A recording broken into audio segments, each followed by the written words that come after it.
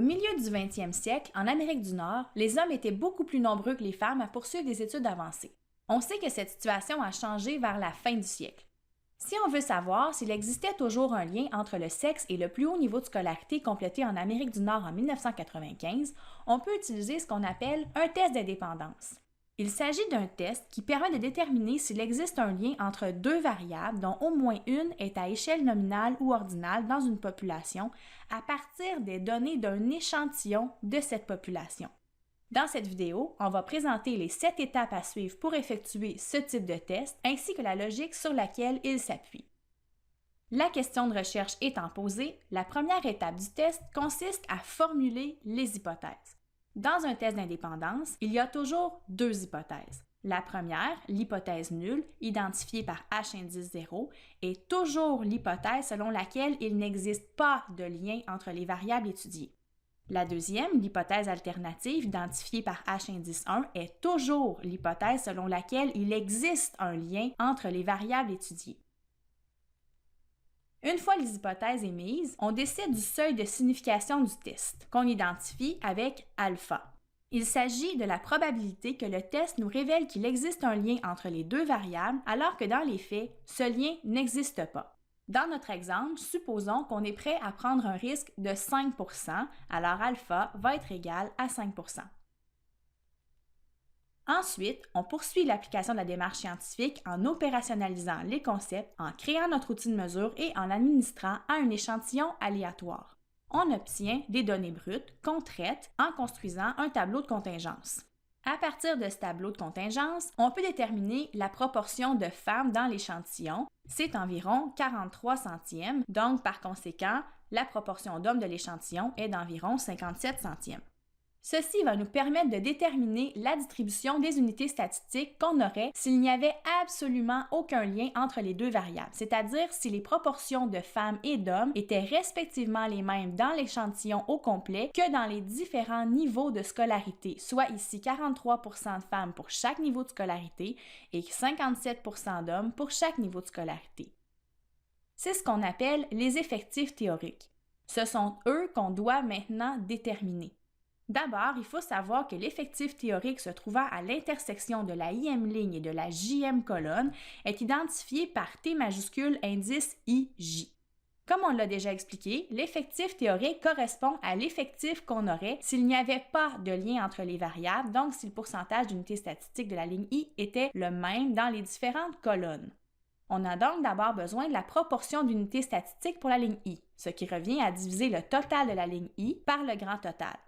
Ensuite, il faut multiplier cette proportion par le total de la colonne J. Par exemple, pour calculer l'effectif théorique T12, celui qui va aller à l'intersection de la première ligne et de la deuxième colonne, d'abord, qu'est-ce qu'on doit faire? Il faut qu'on aille chercher le total de la première ligne, 25, et puis le diviser par le grand total, 58. Ensuite, il faut multiplier ça par le total de la deuxième colonne, 18. On arrive à 7,76 qu'on place dans le tableau juste à côté de la fréquence observée. On fait la même chose pour tous les effectifs théoriques. On est maintenant en mesure de vérifier si les conditions d'application du test sont respectées. La première condition, c'est que l'échantillon aléatoire doit avoir une taille minimale de 30 unités statistiques. C'est le cas ici puisqu'on en a 58. La deuxième condition, c'est que tous les effectifs théoriques doivent être supérieurs ou égaux à 5. Le symbole qui a l'air d'un A à l'envers, ici, il veut dire pour tout. Donc, si on lit la petite phrase symbolique, on a que les effectifs théoriques T indice IJ doivent être supérieurs ou égaux à 5 pour toutes les valeurs de I et J possibles dans le tableau qu'on a.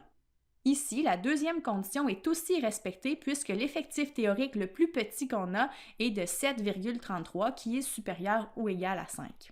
Si jamais l'une des deux conditions n'est pas respectée, on doit augmenter la taille de l'échantillon ou bien regrouper des catégories jusqu'à ce que les conditions soient respectées. Pour l'exemple qui nous occupe, les conditions sont complétées, alors on poursuit notre test. On est maintenant rendu à comparer les effectifs observés et les effectifs théoriques, soit ceux qu'on aurait s'il n'y avait pas de lien entre les variables.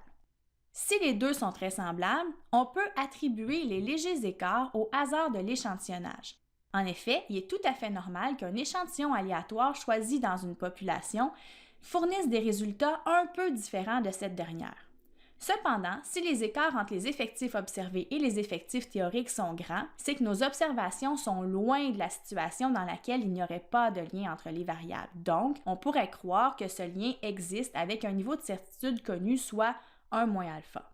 Comme on doit comparer tous les écarts entre les effectifs observés et les effectifs théoriques, il serait bien d'en faire la somme. Or, si on procède de la sorte, on va avoir autant d'écarts négatifs que d'écarts positifs et en somme, ils vont toujours s'annuler. Pour contourner ce problème, ce qu'on va faire, c'est élever les écarts au carré. Ça va les rendre plus grands, mais surtout tous positifs. Ensuite, on va devoir tenir compte de la grandeur relative des écarts carrés. En effet, si on a un écart de 2 par rapport à un effectif théorique de 10, ça va être beaucoup plus important comme écart qu'un écart de 2 par rapport à un effectif théorique de 100. Alors, pour relativiser nos écarts carrés, on va les diviser par nos effectifs théoriques. Tous les problèmes étant maintenant réglés, on a un outil de mesure des écarts qui est la somme des carrés des écarts relativisés, qu'on appelle communément un qui carré, qu'on identifie avec la lettre qui a l'air d'un X un petit peu artistique, avec un exposant 2. Le qui carré, c'est une variable aléatoire en soi, et sa distribution de probabilité, elle est connue. La voici. Dans la représentation graphique que vous voyez, l'aire sous la courbe dans un intervalle donné représente la probabilité que le qui carré se trouve dans cet intervalle. Évidemment, pour un échantillon, il est impossible que les fréquences observées soient identiques aux fréquences théoriques, donc que le qui carré vale 0. C'est pourquoi la courbe passe par le point 0, 0. Ensuite, s'il n'y a pas de lien entre les deux variables étudiées, il y a de fortes chances que les écarts entre les effectifs observés et les effectifs théoriques existent, mais soient minimes, donc que le qui carré ait une petite valeur. C'est pourquoi l'aire sous la courbe est grande dans cette zone. Enfin, il y a peu de chances que les effectifs observés de l'échantillon se trouvent très éloignés des effectifs théoriques. S'il n'y a pas de lien entre les variables, c'est pourquoi l'aire sous la courbe devient très petite si le qui carré prend de grandes valeurs.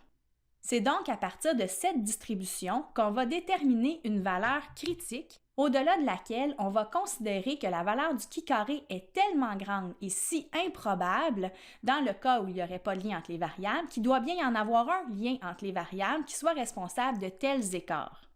Cette valeur critique va dépendre à la fois du seuil de signification alpha qu'on a choisi à l'étape 2 et du nombre de degrés de liberté qu'on a. Mais qu'est-ce que c'est un nombre de degrés de liberté? D'abord, c'est identifié par le symbole nu et ça se trouve à être le nombre de lignes moins 1 multiplié par le nombre de colonnes moins 1. Ici, lorsqu'on parle du nombre de lignes et du nombre de colonnes, on ne parle évidemment pas de celles qui sont réservées aux titres et aux totaux dans le tableau de contingence, mais seulement de celles qui servent pour représenter les modalités. Si on fait le calcul pour notre situation, on a 2 lignes et 3 colonnes, donc on a 2 degrés de liberté. La table du qui carré nous donne les valeurs critiques pour un seuil de signification et un nombre de degrés de liberté connu. Remarquez que plus le nombre de degrés de liberté est grand, plus le qui carré critique est grand. En effet, un grand nombre de degrés de liberté signifie qu'on a un tableau de contingence qui contient un grand nombre de cases, donc les écarts carrés relativisés sont plus nombreux et on pourra tolérer que leur somme soit plus grande sans qu'il y ait pour autant évidence de lien entre les variables étudiées. La courbe change donc d'apparence selon le nombre de degrés de liberté. Plus il est grand, plus la bosse est à droite. On remarque aussi que plus le seuil de signification est faible, plus la valeur critique va être grande. Parce que si on veut affirmer l'existence du lien avec plus de certitude, il faudra que les écarts soient plus grands entre les effectifs observés et les effectifs théoriques. Dans notre cas, le seuil de signification est alpha 5% et le nombre de degrés de liberté est 2. Ce qui fait que notre valeur critique, c'est 5,99. Donc, si le qui carré qu'on va calculer dépasse la valeur critique de 5,99, il faudra rejeter H0 et par conséquent accepter l'hypothèse H1, celle qui affirme qu'il y a un lien entre les variables. Si par contre la valeur du qui 2 qu'on va obtenir se trouve en dessous de la valeur critique qui est 5,99, alors on va être dans la zone de non-rejet de H0. On ne pourra pas affirmer qu'il y aura un lien entre les deux variables. Il reste donc à calculer la valeur du qui 2. Pour ça, on a besoin de la formule qu'on a expliquée tout à l'heure et du tableau qui contient nos effectifs observés et nos effectifs théoriques. Si on applique la formule, on obtient un Qui2 de 24 centièmes.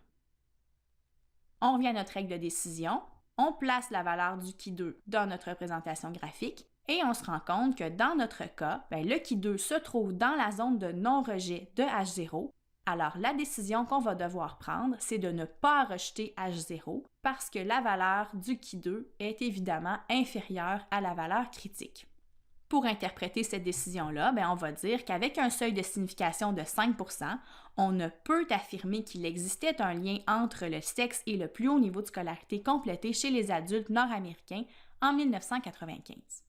Remarquez que cela ne prouve en rien le fait qu'il n'y ait pas de lien entre les variables. Cela ne fait qu'affirmer que nous n'avons en quelque sorte pas suffisamment de preuves pour affirmer avec un risque de 5% qu'il y ait un lien entre les variables étudiées.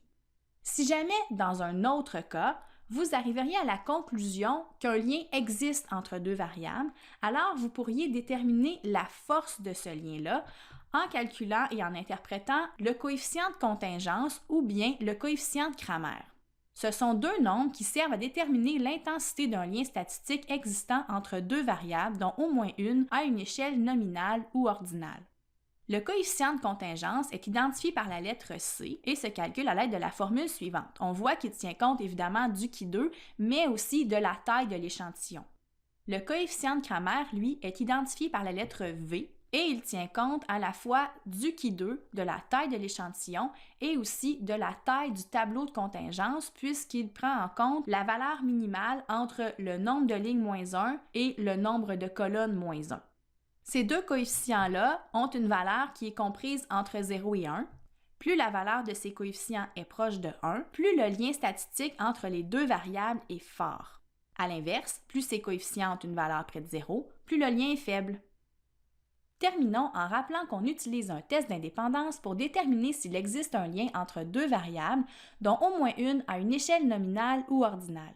Que ce test permet de détecter un lien entre deux telles variables d'une population à partir des données d'un échantillon aléatoire seulement. Il permet donc d'économiser temps et argent. Et que pour l'effectuer, on doit suivre les 7 étapes suivantes. D'abord, on formule les hypothèses. L'hypothèse H0 étant toujours celle où il n'y a pas de lien entre les variables et l'hypothèse H1, celle où il y a un lien. Ensuite, on détermine le seuil de signification du test, puis les effectifs théoriques. On peut alors vérifier si les conditions d'application du test sont respectées. Sinon, on augmente la taille de l'échantillon ou on regroupe des catégories. Une fois les conditions d'application respectées, il nous faut le nombre de degrés de liberté pour déterminer la valeur critique du Qui carré et créer notre règle de décision. Enfin, on calcule la valeur du Qui carré, ce qui nous permet de prendre une décision et de l'interpréter.